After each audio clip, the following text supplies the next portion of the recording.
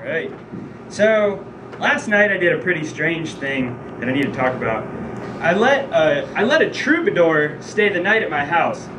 I mean, troubadour is what he called himself, but really, he was just like this hippie hobo, like, I ride the train where it takes me and I sleep where I end up.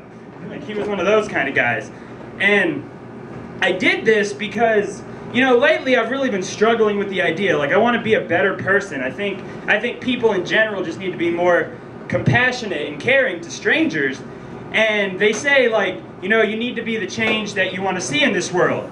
So I figured, what better way to put this into practice than letting a homeless guy stay the night? So, I mean, he wasn't actually homeless. Like, he kind of had this, like, romanticism to him. He was like a character out of a Jack Kerouac novel. He came, like, skipping into my work, and he had, like, the shaggy blonde hair and the hiker's packing guitar. And I just kind of, like, fell in love with the guy. Not in, like, a gay way, but, like, kind of in a gay way. And so I just, like, ran up to him and I was like, "Hi, I'm Steven, and you can totally spend the night at my house tonight with me and my girlfriend of 3 years. I'm not gonna ask her, but you can totally come over." And I did that. Like, I just told him, I said, "Hey man, I get off work at 11 tonight, and just come on with me." And I took him home. And my girlfriend was very surprised. She looked at me like, "What the fuck are you doing, Steven? Like, who is that?" And I was like, "Oh, this is Matthew. Like, I just met him 30 minutes ago. That's interesting." And so she's in the room. Like, we have a little one-bedroom apartment. I'm sitting there next to the guy, and I can hear her on the phone, just like, "Mom, I don't know what got into Steven, but he just brought home a guy I don't know. So if I end up dead, his name was Matthew, and he's homeless from North Carolina. That's all I got." So I was like, okay. But you know, like, he wasn't that bad. I'm kind of making him seem bad.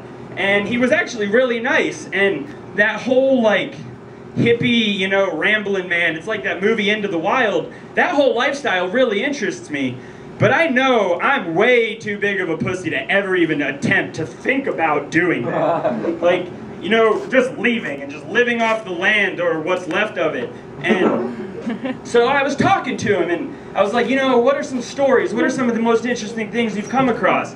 And his first story alone just summed it up for me. I was like, nope, never doing that. And because he said the first night he went out, he almost froze to death. The first night he went out, he almost froze to death. And now he's been doing it for 4 years. If I woke up, if I just like, yeah, I'm gonna go be a hippie, and then I woke up and my toes were little ice cubes, I'd just be like, fuck this, going back home with their socks and slippers and shit. But, you know, by the end of the night, I feel like me and him were actually kind of friends. Like, you know, we took him to where he needed to be, and he gave me a hug, and it was actually like a really special moment. It felt good to be compassionate towards another human being. And he left me with this little souvenir, and honestly, thinking about it, it was the most perfect thing, because if you're gonna let a little hippie guy stay at your house one night, and he gives you a gift, it can be nothing short of some strange tiger blanket tapestry that's really not big enough for anything. That is a sweet fucking sentence. Right?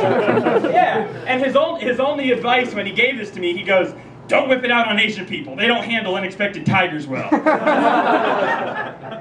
So, that's sound advice. That's the story of my new friend. I'm Steven Kris. Thank you guys.